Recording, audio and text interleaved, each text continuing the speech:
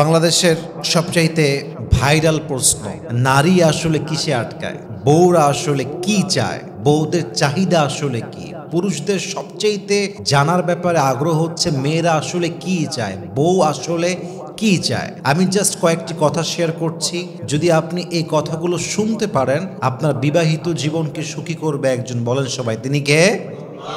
মাথায় রাখবেন, একজন মেয়ে হচ্ছে বাবার কাছে রাজকন্যার মতো। একটা ফ্যামিলির সবচেয়ে আদরের যে মানুষটা, তার নাম হচ্ছে বাড়ির একজন মেয়ে। বাড়ির একটা মেয়ে যে কি আদর পায়, কি সোহাগ পায়, কি ভালোবাসা পায়, এটা আসলে বলে বোঝাবার মতো কোনো ক্ষমতা আমার কাছে নেই। মাথায় রাখবেন, বাবা মায়ের পরে সবচেয়ে বড় দায়িত্ব একজন মেয়ের ব্যাপারে পালন করবে তার স্বামী, ঠিক কিনা বলেন?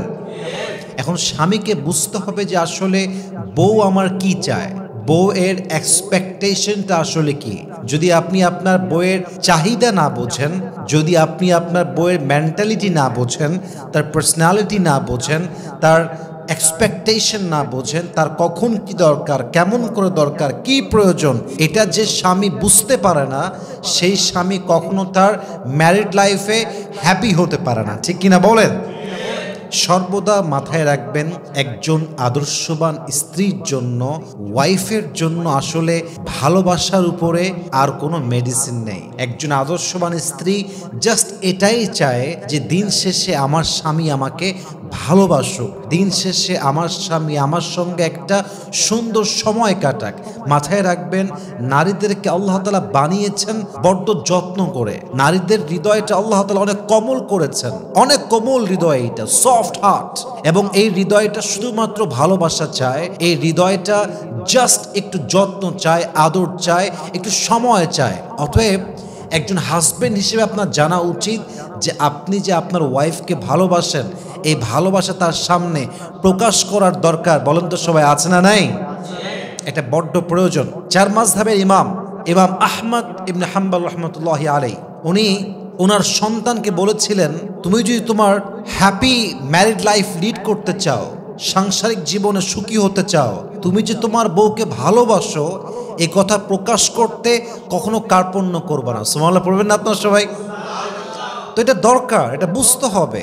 মাথায় রাখবেন, যেই মেয়ে ভালোবাসা চায় না, জাস্ট টাকা চায়, বাড়ি চায়, চাই স্বভাব, ডিমান্ডি স্বভাব, এই মেয়ে যাই হোক আর না হোক, এই মেয়ে আদর্শবান স্ত্রী কখনোই হতে পারে না, ঠিক কিনা বলেন? তো বইয়ের জন্য ভালোবাসার রোল প্লে করবেন, বইয়ের সামনে বোঝাবেন যে আমার লাইফে ভালোবাসার মানুষ বলতে একজনই বুঝি, এবং সে একজনটা আমার বউ, অন্য আর কেউ নয়, ঠিক কিনা বলেন? সরকার যাবে, সরকার আসবে, বাট আমার লাইফে সরকার একটাই ছিল, একটাই আছে, একটাই থাকবে, আর তার নামই হচ্ছে আমার বউ, ঠিক কিনা? এটা হচ্ছে ভালোবাসা প্রকাশ করা একটা নমুনা। এবং আমি আরেকটা কথা বলতে চাই, যেই মেয়েদের মাঝে, এটা আমি বলতে খুব ইতস্তবোধ করছি, আমি feeling so shy, but I think this is my responsibility that I should talk about on this matter, আর I must have to be clear on ইট।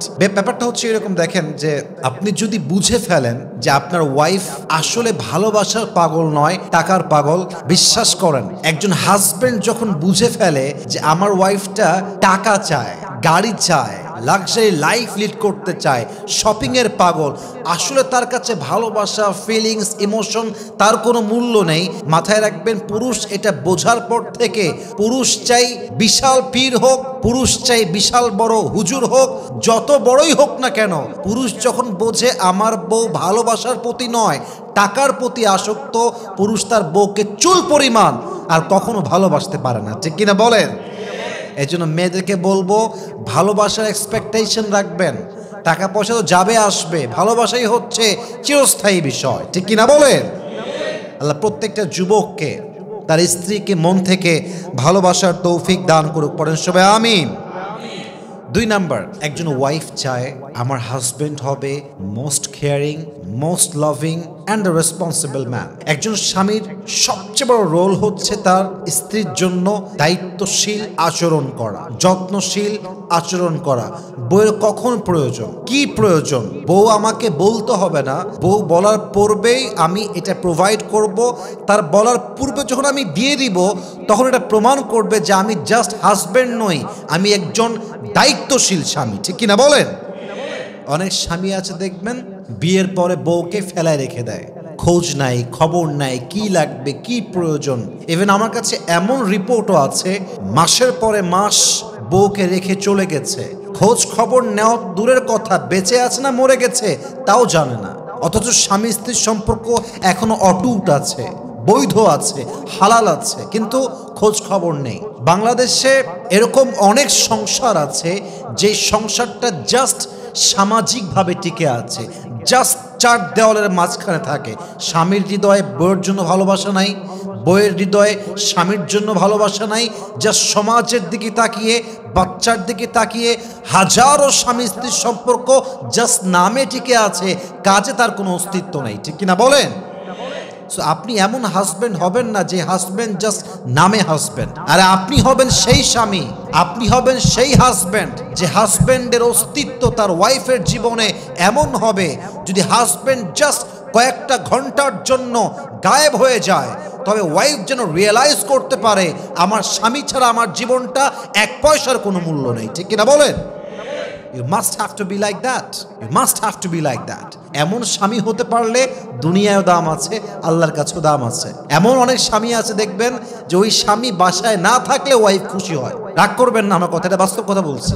এমন অনেক স্বামী আছে যে স্বামী কথা কম বললেই ওয়াইফ খুশি হয়, কারণ ওয়াইফ জানে এই স্বামী বাসায় আসলে জুলুম করবে, অত্যাচার করবে, নির্যাতন করবে, গায়ে হাত তুলবে। ইভেন অনেক ওয়াইফ তো দোয়া করে যে আল্লাহ স্বামী যেন বাসায় ফিরে না আসে, বাসায় না আসে। এটা এই জন্য নয় যে সে স্বামীকে ভালোবাসে না, এটা এই জন্য কারণ তার স্বামী এটা কোনো মানুষের বাচ্চা না, এটা জানোয়ারের বাচ্চা। ঠিক কিনা বলেন? এরকম অনেক স্বামী আছে, এটা আপনি জানেন না, অনেক স্বামী আছে। এজন্য স্বামী হিসেবে you must have to be responsible, you must have to be caring. যত্নশীল পুরুষ হচ্ছে পৃথিবীতে সবচেয়ে দামি পুরুষ।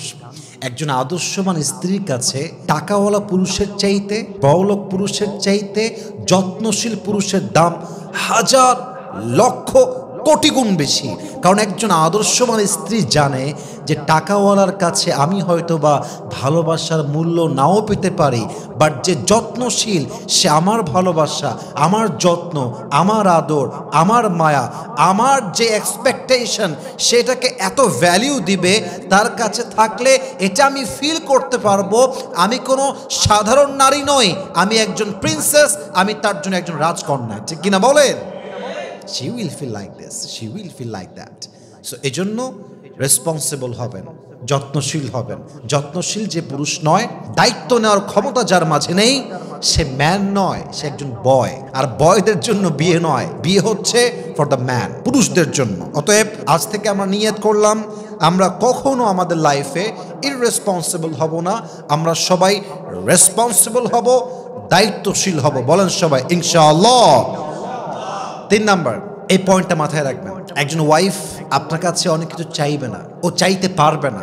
সমাজ, বাস্তবতা, সোসাইটি, কালচার, সিচুয়েশন অনেক কিছু বুঝে সে আপনার কাছে অনেক কিছু চাইবে না।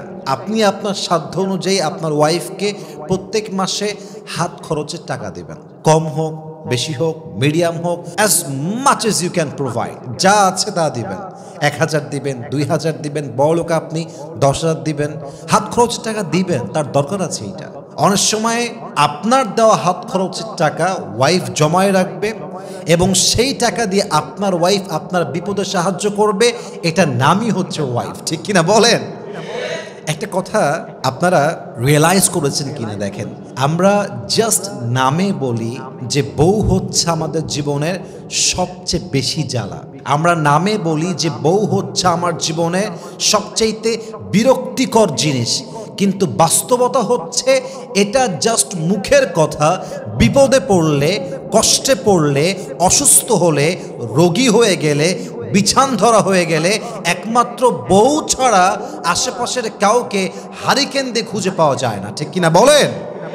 তা আপনি যদি আপনার ওয়াইফকে হাত খরচের টাকা দেন, এটা আপনার জন্যও লাভ, তার জন্যও লাভ। কখন কোথায় লাগবে, কেমনে লাগবে, এটা কে জানে। অতএব ব্যক্তিত্ববোধ হচ্ছে দিবেন। আচ্ছা, আমি বলছি না লাখ টাকা দিবেন, আমি বলছি দেন, 1000 দেন, 2000 দেন, বাট তাকে একটা হাত খরচ দিবেন।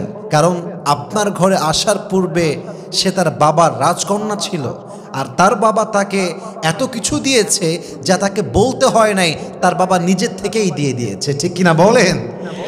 এটা খেয়াল রাখবেন। হাত খরচের টাকা দিবেন বউকে, চিপটামি করবেন না।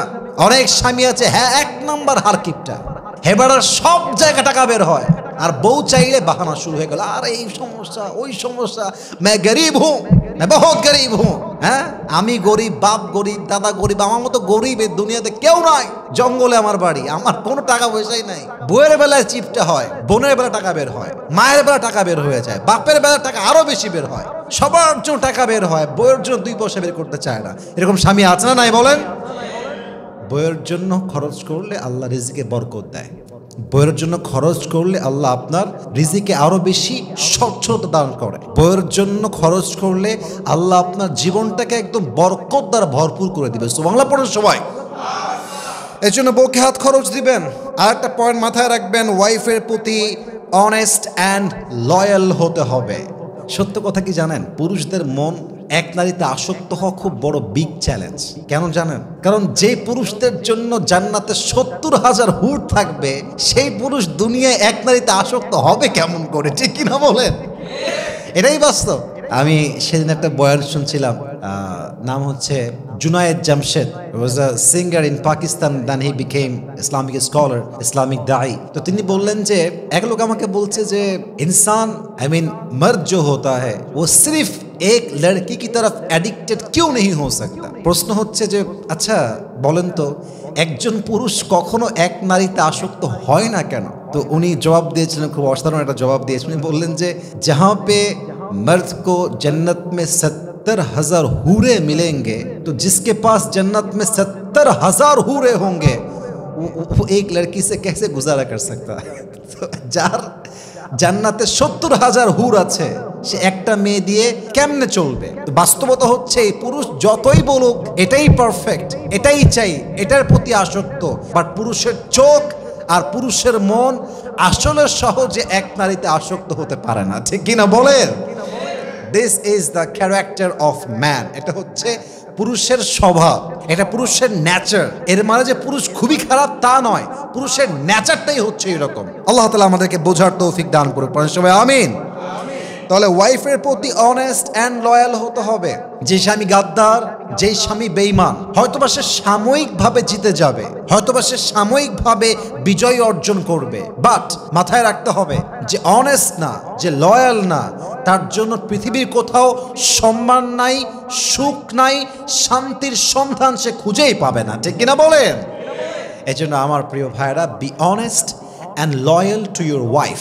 আর একটা বিষয় খেয়াল করেন, নবীজি কতটা লয়াল ছিলেন, এটা অনেকে আমরা ভুল ব্যাখ্যা করি। ভুল ব্যাখ্যা কেমন করে? খুব খেয়াল করবেন এই পয়েন্টটা। আমরা 4 বিয়ের কনসেপ্টকে in a wrong way highlight করি। ইভেন বেশিরভাগ ক্ষেত্রে 4টা বিয়ে করা, আমার কথা রাগ করবেন না, বেশিরভাগ ক্ষেত্রে পুরুষ 4টা বিয়ে করতে চায় কোনো অসহায় মেয়েকে সাহারা দেওয়ার জন্য নয়, বরং বেশিরভাগ পুরুষ 4টা বিয়েকে সুন্নত হিসেবে খুবই স্ট্রংলি রিপ্রেজেন্ট করে।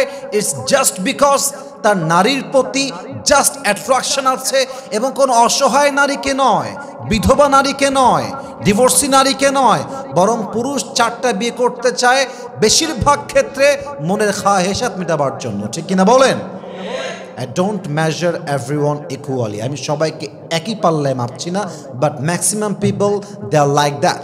কিন্তু আমরা বেশিরভাগ ক্ষেত্রে এটা বলি যে নবীজি 11টা বিয়ে করেছে, আমি কেন বিয়ে করতে পারবো না অনেক বেশি? আপনি করেন, তাতে আপত্তি নেই, আপনি করেন, তাতে আমার কোনো অবজেকশন নেই। কিন্তু কথা বুঝতে হবে যে খাদিজা রাদিয়াল্লাহু তাআলা আনহা এতটা অনেস্ট ছিলেন, এতটা লয়াল ছিলেন, নবীর এতটা বিশ্বস্ত মানুষ ছিলেন। বিশ্বাস করেন, যতদিন পর্যন্ত খাদিজা রাদিয়াল্লাহু তাআলা আনহা জীবিত ছিলেন, তার অনেস্টির জন্য, তার সততার জন্য, তার চরিত্রের জন্য, তার আখলাকের জন্য, যতদিন পর্যন্ত খাদিজা বেঁচে ছিলেন, নবীজি দ্বিতীয় বিয়ে করবেন এই চিন্তা তো অনেক দূরের কথা, উনি তার আশেপাশেও যায় নাই। সুবহানাল্লাহ পড়েন সবাই। তো আমি এই কথা সবাইকে বলতে চাই, আপনার প্রথম ওয়াইফ যদি অনেস্ট, লয়াল, কেয়ারিং, লাভিং হয়, দায়িত্বশীল হয় এবং বিশ্বস্ত, most important is she is honest and loyal. এমন বউ যদি আপনি পেয়ে যান, ডান বাম করবেন না, আজীবন এক বউ নিয়ে জীবন কাটাবেন, দুনিয়াতেও সেই বউ, জান্নাতেও সেই বউ। সুবহানাল্লাহ পড়েন সবাই। অবশ্যই ওয়াইফের প্রতি অনেস্ট অ্যান্ড লয়াল হওয়ার চেষ্টা করবেন। সর্বশেষ একটা কথা বলতে চাই, একজন ওয়াইফ চায় যে আমার হাজবেন্ড মাঝে মাঝে আমাকে গিফট করুক, আমাকে সারপ্রাইজ দিক। এটা দরকার আছে। ভালোবাসা কখন পারে জানেন? যখন আপনি গিফট দেন, সারপ্রাইজ দেন। হাদিসে এটা আসছে যে হাদিয়া, গিফট, এটা ভালোবাসা বাড়িয়ে দেয়, এটা আকর্ষণ বাড়িয়ে দেয়, এটা টান বাড়িয়ে দেয়। ইভেন অনেক সময় গিফট করা আপনার ভালোবাসার লেভেলকে এত দূর পর্যন্ত নিয়ে যায় যে জান্নাতের সাথী পর্যন্ত বানায় দেয়। সুবহানাল্লাহ পড়বেন না আপনারা সবাই? গিফট কেমন করে দিবেন? এটা খুবই সিম্পল ট্রিক্স। যে কোনো কিছু হতে পারে। অলওয়েজ যে আপনার কয়েক লাখ টাকার শাড়ি কিনতে হবে, the matter is not like that. আপনি চাইলে একটা চকলেট নিয়ে আসতে পারেন, আপনি চাইলে ওয়াইফের জন্য জাস্ট একটা গোলাপ ফুল নিয়ে আসতে পারেন, আপনি চাইলে আপনার ওয়াইফকে অনেক কিছু দিয়ে সারপ্রাইজ করতে পারেন। আপনার ওয়াইফ রাগ করে আছে, তাকে গিয়ে আপনি একটা গান শোনাতে পারেন, রোমান্টিক কবিতা বলতে পারেন। ইভেন আপনার ওয়াইফ জানেও না যে আপনি গান করতে পারেন, যতভাবেই হোক। ইভেন এটাও আছে, এই মাসলা আমি রিসেন্টলি শুনলাম যে বউয়ের সামনে গান গাওয়া যায়। বউকে হ্যাপি করার জন্য, রোমান্টিক মুডের জন্য বউয়ের সামনে গান করা যায় আছে। সুবহানাল্লাহ পড়বেন না আপনার সবাই? ইভেন বউ এমন একটা জিনিস যার সামনে গান গাওয়া যায় আছে, এর সামনে মিথ্যা বলাও যায় আছে। মিথ্যা যদি বলতে মনে চায়, বউয়ের সামনে ইচ্ছা মতো মিথ্যা বলবেন। যত মিথ্যা দুনিয়ায় আছে সব বউয়ের সামনে বলবেন, কারণ বউয়ের সামনে সব মিথ্যা ক্ষমা করে দিবে একজন, তিনি কে? কিন্তু এটা বউকে খুশি করার জন্য বলতে হবে, সম্পর্ক টিকিয়ে রাখার জন্য বলতে হবে। অতএব এই যে কয়েকটা মেসেজ দিলাম, যত্নশীল হওয়া, দায়িত্বশীল হওয়া, ভালোবাসা প্রকাশ করা, হাত খরচে টাকা দেওয়া, ওয়াইফের প্রতি অনেস্ট অ্যান্ড লয়াল হওয়া, এবং সর্বশেষ ওয়াইফের জন্য সারপ্রাইজ দেওয়া, গিফট দেওয়া। আল্লাহ সবাইকে এই তৌফিক দান করুক। আমরা সকলে জবান খুলে, দিল খুলে পড়ছি আমিন।